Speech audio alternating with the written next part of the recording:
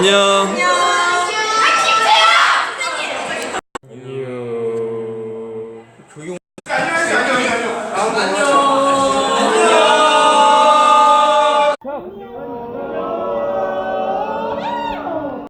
안녕. 오늘은 생물 다양성과 진화할 거야. 진화. 오늘의 메인은 진화. 소리가 좀 울려. 텅 빈 교실이거든. 춥고 무서워. 자, 진화 가보자. 진화. 뭘 배울 거냐면 바로 진화 그리고 자연 선택, 변이에 대해서 차근차근 배워볼 거야. 요때 1862년에 다윈 아저씨가, 다윈 알잖아? 너무 많이 들어서 뭐 묻었나? 다윈 아저씨가 마다가스카르라는 섬에서 이렇게 깊고 좁은 꿀샘을 가진 난을 발견한 거야. 그리고 이 꿀샘의 그러더니 꿀샘의 깊이만큼 입이 긴 곤충 역시 살 거라고 얘기했었어. 그랬더니 실제로 41년 후에 다윈이 얘기했던 그 깊이 긴 나방이 관찰이 됐다는 거지. 그럼 다윈은 어떤 사고 과정을 거쳐서 얘만 보고 얘의 존재를 예견했는가에 대해서 얘기를 한번 해보는 거야. 자, 먼저 진화. 진화라는 건 뭐냐면 생물이 오랜 세월 동안 여러 세대를 거치면서 변화하는 현상이지. 아주 예전 우리의 조상과 지금의 우리가 모습이 다른 것. 그게 우리가 진화했기 때문이지.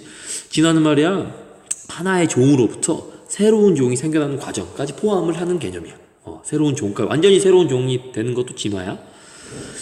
이런 걸 분화라고 해. 기존 생물종으로부터 다른 종이 만들어지는 걸 분화된다고 하는데, 이 분화 과정을 통해서 엄청나게 많은 생물종들이 생겨난 거지. 어쩌면 이 모든 생물종들은 딱 하나에서 출발했을지도 몰라 라는 생각까지 하게 하지, 이 진화라는 게.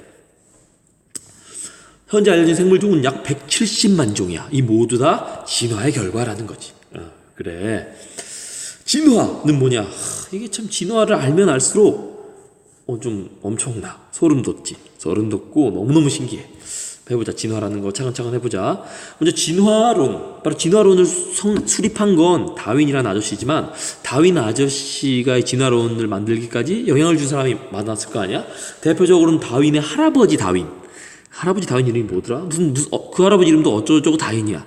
근데 이 다윈의 할아버지 다윈 아저씨가 어떤 책을 썼고, 그 책에 영감을 받아서 이 라마르크란 아저씨가 바로 용불용설이라는 걸 얘기하게 돼.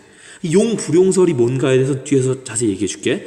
근데 이 사람이 얘기했던 이 용불용설과 또 이 라마르크란 아저씨에게 영향을 또 받은 이 다윈 아저씨가 결과적으로 자연선택설을 필두로 한 종의 기원이라는 책을 내게 되지. 이로 인해서 이제 진화론이라는 게 지금의 진화론에 엄청나게 큰 영향을 주면서 진화론이라는 학문이 정립되게 돼. 이제 그럼 차근차근 이 라마르크 아저씨의 용불용설은 무엇이고 다윈 아저씨의 자연선택설은 무엇인가에 대해서 해보자. 참 신기한 일이야. 할아버지 다윈이 영향을 주고, 할아버지 다윈의 영향을 받은 라마르크의 영향을 또 손자 다윈이 받고. 세상은 이래요. 신기한 일이지. 먼저 용불용설과 자연선택설을 알기 전에 간단하게 한번 이 두 분의 설명을 한번 들어보자. 라마르크 아저씨는 요렇게 말씀하셨어. 메인은 이거야. 사용한 기관은 발달하고 사용하지 않은 기관은 퇴화해. 그래서 그렇게 발달한 기관을 어버이가 수손에게 전달해 주면서 점점 진화해 간다라는 게 바로 라마르크 아저씨의 용불용설이야. 그럼 다윈 아저씨의 자연선택설은 뭐냐면, 한 집단 안에는 다양한 개체들이 있어. 다양한 유전 형질을 가진 개체들이 있고, 이 다양한 형질을 가진 개체들 중에서 환경이 변했을 때 그 환경에 적응한 애만 살아남아. 그렇게 살아남은 애들이 또 자손을 퍼뜨리고, 그러다 보니까 특정 개체들, 특정 형질을 가진 애들이 점점 많아진다. 그게 바로 진화의 과정이다 라고 얘기한 게 바로 다윈의 자연선택설이야. 요걸 좀 더 자세히 한번 얘기해 볼게. 목이 긴 기린이 지금 있잖아. 지금 목이 짧은 기린은 없다고. 근데 옛날에는 목이 짧은 기린도 있었어. 화석에 의해서 화석을 확인해 보면 있었단 말이지. 그럼 어쩌다가 목이 짧은 기린이 목이 긴 기린으로 진화하게 되었는가? 이거를 라마르크 아저씨의 용불용설로 설명해 보면, 초원에 얘네가 먹을 수 있는 낮은 위치에는 풀이 점점 부족해졌어. 다 먹으니까, 다 처먹어버리니까 풀이 부족해지지. 그렇게 풀이 부족해지니까 이제는 높은 데 있는 풀을 먹어야 됐어.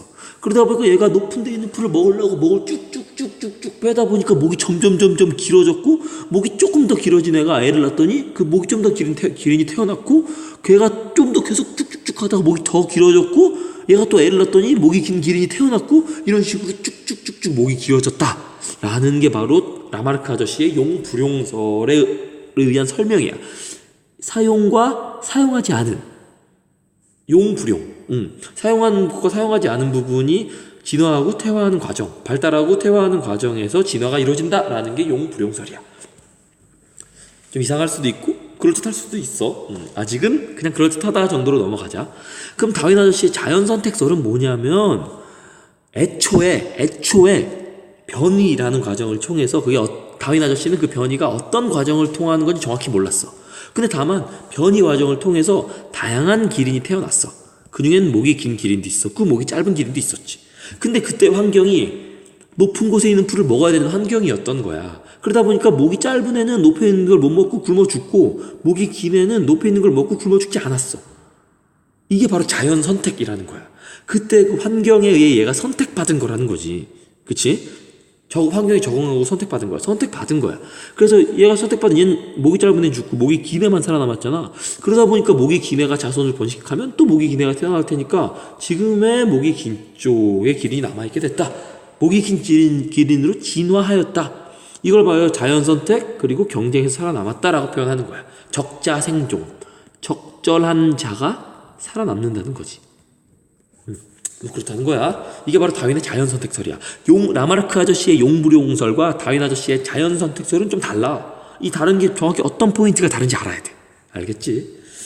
됐고요. 요건 넘어가자. 수업 시간에 할 거니까. 그래. 그럼 다윈 이후엔 어떤 진화론이 있냐? 아직도 우린 다윈의 진화론 그 자체만을 믿고 있진 않아. 진화론은 그 이후에도 여러 가지 진화론이 나왔고, 다윈의 진화론의 영향 때문에 현대는 바로 현대 종합설이라는 진화론적 설명으로 나머지 것들을 설명해. 그럼 그 사이에 어떤 것들이 있었냐? 바로 격리설, 돌연변이설들이 있었어. 뭐 이런 것들도 있었는데, 일단 요거만 얘기해보자. 격리설은 지리적으로 격리가 된 거야. 생물이 어떤 이유로. 한 종의 인간이 있었는데 지리적으로 갑자기 지각변동이 일어나서 이 애들이 격리가 된 거지. 뭐 다른 이유가 있더라도 아무튼 서로 다른 환경에 살게 된 거야. 서로 만나지 못해. 격리됐어. 그러다 보니까 환경에 적응하면서 변화했고 서로 다른 종이 되었다라는 거지. 보통 격리설은 지리적 격리를 많이 얘기해. 요거는 수업 시간에 잠깐 얘기해 줄게. 그럼 돌연변이설은 뭐냐면, 변이가 일어나. 이게 갑자기 단어 번식하는 과정. 번식하는 과정에서 돌연변이가 일어나. 갑자기 생뚱맞은, 유전적으로 어떤 문제가 생기면서 갑자기 생뚱맞은, 도저히 나올 수가 없는, 이 두 어버이에 의해서 도저히 나올 수 없는 자손이 만들어진 거야. 근데 이렇게 만들어진 얘가 때마침 그 환경에 적응하기 딱 좋은 애인 거지. 그래서 얘가 살아남은 거야. 그런 식으로 유전되고 형질이 바뀌어 오는 거, 이렇게 진화를 설명하는 게 돌연변이설이야. 현대 종합설은 얘네들을 다 섞어. 그럼 현대 종합설로 한번 얘를 설명해보자. 한번. 현대 종합설은 뭐냐? 바로 이런 거야. 토끼가 한 종이 살고 있었어. 귀여운 하얀 토끼가 살고 있었지. 그런데 얘가 갑자기 환경 변화 때문에 두 무리로 갈라져. 바로 격리설이지. 지리적 격리야. 이렇게 나눠졌고, 이 두 곳은 환경적으로 너무나 달라서 얘네들이 환경에 적응하는 과정에서 적응하면서 돌연변이가 나타나요. 돌연변이가 나타나고 그 돌연변이가 환경에 적응하기 좋으니까 새로운 애들이 나타나는 거지. 이렇게. 그래서 이제 완전 그 중에서 이제 돌연변이에 선택된 아이들, 요런 애들이 살아남아서 완전히 다른 종만 남게 된다. 이게 뭐 자연 선택인 거지. 이게 바로 현대의 종합설이야. 종합설.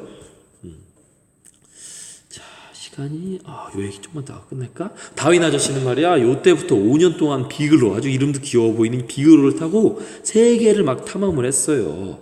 그래서 그 관찰한 결과가 바로 자연선택설 이라는 다윈의 진화론이 나오게 되었는데, 그 때문에, 자, 갈라파고스 군도라는 다윈의 진화론을 얘기할 때 절대 빼놓을 수 없는 곳이 있어. 이 갈라파고스 군도는 여기야, 여기. 이 남아메리카 대륙으로부터 약 1000km 떨어져 있대. 엄청나. 섬이 19개나 돼. 근데 이 갈라파고스 군도에 핀치라는 요 새가 이주하게 된 거지. 남아메리카로부터 이쪽으로 이주하게 된 거야. 그게 배에 실려갔던, 어떻게 무역하다가 갔던 어떤 이유에선 가게 된 거야. 뭐 바람에 쓸려 갔던 가게 된 거지. 근데 여기에 군도잖아. 군도라는 건 섬 여러 개가 이렇게 뭉쳐 있는 이런 데를 군도라고 하는 거거든. 갈라파고스 군도가 섬이 굉장히 여러 개가 있어. 근데 그게 각기 다 다른 섬에 살게 된 거야, 핀치들이. 그러다가 이제 핀치들이 시간이 지나니까 그 각 섬마다 환경이 다를 거 아니야. 먹이의 종류가 다르겠지. 그래서 먹이의 종류와 모양에 따라 얘네들이 핀치가 부리가 달라진 거지. 도구로 사용하는 핀치의 부리, 곤충을 먹는 핀치, 새싹을 먹는 핀치, 열매나 씨를 먹는 핀치, 선장을 먹는 핀치, 요렇게 다 부리가 달라진 거야.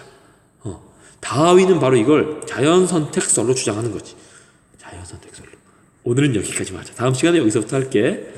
핀치 얘기까지만 보고 넘어가자. 자, 자연선택설 여기까지야. 안녕. 2시간, 요거 하고 1시간만 더 하면 돼. 고생했어. 안녕.